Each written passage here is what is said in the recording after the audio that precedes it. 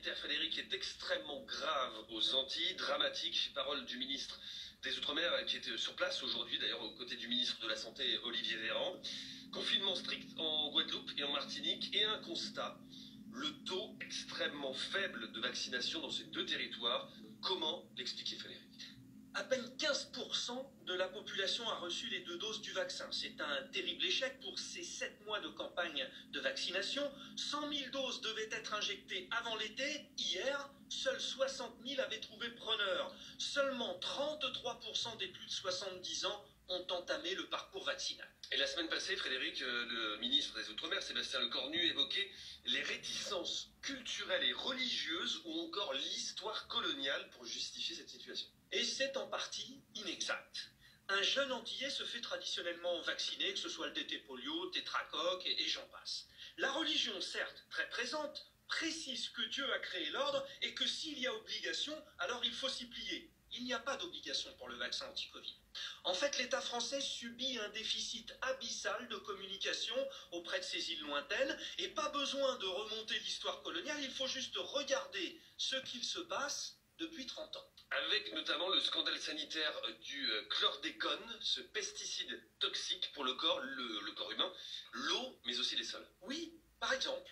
Ce produit a été utilisé dès 1972 pour lutter contre le charançon noir.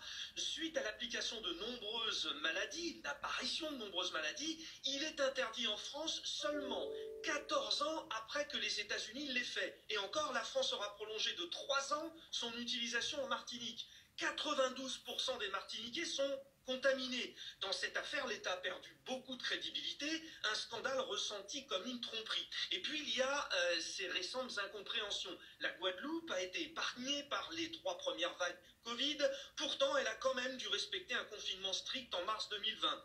En revanche, au temps venu du tourisme rentable l'hiver dernier, 70 000 métropolitains ont pu venir se reposer dans l'île, les doigts de pied en éventail et l'éternuement contaminant. Sans critiquer ces décisions, bien sûr, reconnaissons qu'en termes de communication, ce soit assez inaudible sur place. Et le coup de grâce, il est récent. C'était le 5 août dernier avec le décès du guitariste fondateur du groupe Kassav. Jacob Devarieux se battait contre une forme grave de la Covid-19, malgré ses 3 doses de vaccin injectées. Il est décédé à l'hôpital. Il était le Johnny Hallyday des Antilles, la méga star. Un événement comme celui-ci ne peut être anodin. Les antivax locaux se sont emparés de la situation pour jouer avec les peurs. Jacob Devarieux faisait partie des patients immunodéprimés dits à très haut risque, mais il était vacciné. Alors pourquoi? Et comme en métropole, les autorités, les antivax se livrent à une lutte sans merci. Oui, mais la différence, c'est qu'en Guadeloupe et en Martinique, la communication gouvernementale est inappropriée pour gagner le combat. Et puis, les grands médias nationaux y sont très peu suivis, car ils ne parlent au quotidien que de la métropole, et les médias locaux sont ballottés entre le discours officiel et les fake news. Les agences régionales de santé manquent de réactivité, voilà la situation. Et Frédéric, une lettre écrite le 2 août dernier devrait marquer les esprits. Elle est adressée au président de la République par le syndicaliste du LKP, Elie Domota. Très important. Le ton est solennel et respectueux. La lettre commence par le choc causé suite au décès de Jacob Devarieux et les multiples questions qui l'accompagnent. Il dénonce le discours méprisant de ceux qui pensent que les pseudo-croyances coupent les Antilles de la réalité moderne. Ne serait-ce pas, c'est vrai, un peu colonialiste comme approche.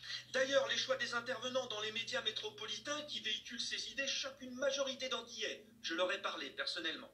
Aussi, nous profitons de cette occasion pour poser ces quelques questions, ajoute Elie Domota. La liste s'articule en 4 points. Les essais nucléaires à Mururoa réalisés par la France au mépris de la santé des populations, l'autorisation par la France du chlordécone, on en a parlé, et les fausses informations émanant de sa commission d'enquête, et la déclaration d'Emmanuel Macron affirmant le caractère cancérogène du produit, contredite par des grands spécialistes. Domota conclut. Nous serons totalement rassurés quand vous aurez confirmé que la République et ses scientifiques avaient dit juste sur ces faits et que la République a assuré au peuple d'outre-mer la meilleure protection de sa santé. Oui, nous en sommes là. Quand la confiance est rompue, souvent l'opposant prend le pas. Dans les Antilles, pas besoin de manifestations chaque samedi. La solide méfiance envers l'État français suffit à rejeter ce vaccin et les conséquences qui vont avec. Merci beaucoup Frédéric, merci à vous d'être avec nous sur RMC et sur RMC Story. Dans un instant, la météo.